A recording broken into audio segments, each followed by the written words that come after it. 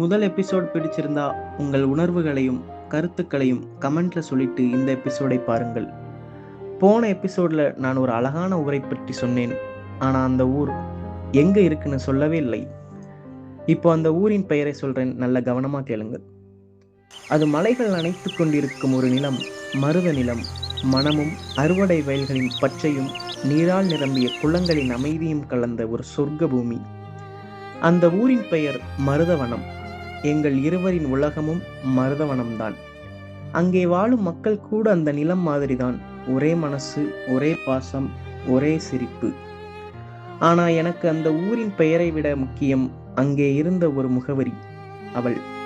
அவள் பெயர் ராணி. நான் அவளை சிறு வயதிலிருந்தே பார்த்திருக்கேன். மருதவனத்தில் உள்ள தொடக்க பள்ளியில்தான் நாங்கள் படித்தோம். நான் 8ஆம் வகுப்பு, அவள் 6ஆம் வகுப்பு. வருடம் 2002. என் கால்கள் என் வகுப்பறையில் இருந்ததை காட்டிலும் அவள் வகுப்பறை வாசலில்தான் அதிகம் நின்றது. அது ஒரு குழந்தைத்தனம் போல தோன்றலாம், ஆனா அது காதலா? இல்லவே இல்லை. என் நண்பர்கள் சொல்வாங்க, 6th ஸ்டாண்டர்ட்ல ஒரு பொண்ணு இருக்காமக்கா, அவ அப்படியே மீனாட்சி அம்மன் மாதிரி இருக்கும்னு. நானும் அப்படிதான் பார்க்க போனேன். ஆனா என் கண்களுக்கு அவள் அப்படி தெரியல. அவள் ரொம்ப ஒரு போல்டான பொண்ணு. இந்த உலகமே கொடுத்தாலும் ஒரே நிமிஷத்துல அதை 2 கையால தள்ளிவிட்டு தன் வழியில போகிற மாதிரி ஒரு தனம். எல்லா பசங்களுக்கும் பிடிக்கும். ஆனா அவளிடம் ஏதாவது வச்சுக்கிட்டா அங்கேயே நன்றாக கிடைக்கும். அப்படியான ஒரு பொண்ணு அவள். அது மட்டும் இல்ல, எல்லா டீச்சர்ஸுடையும் செல்ல பிள்ளை அவள். அதனாலதான் அப்படி என்ன பொண்ணுடா அவ, நானும் அவளை கவனிக்க ஆரம்பிச்சேன். அப்ப எனக்கு தெரியாது. ஆனா அவள் சிரிப்பு மட்டும் என் நாள் முழுக்க ஒலிக்கும் ஒரு பாடல் மாதிரி இருந்தது. அவள் நடந்த பாதை கூட எனக்கு ஒரு வழிகாட்டி மாதிரி இருந்தது. அப்போ எனக்கு காதல் என்னன்னு தெரியாது. ஆனா இப்போ அவள் கண்களை பார்க்கும்போது தான் புரிகிறது, அது காதலின் முதல் தொடக்கம். அந்த கண்கள் என்னை கொலை செய்யும் அளவுக்கு ஆழமா இருந்தது. ஆனா அந்த நாள் நான் அதை உணராம போயிட்டேன்.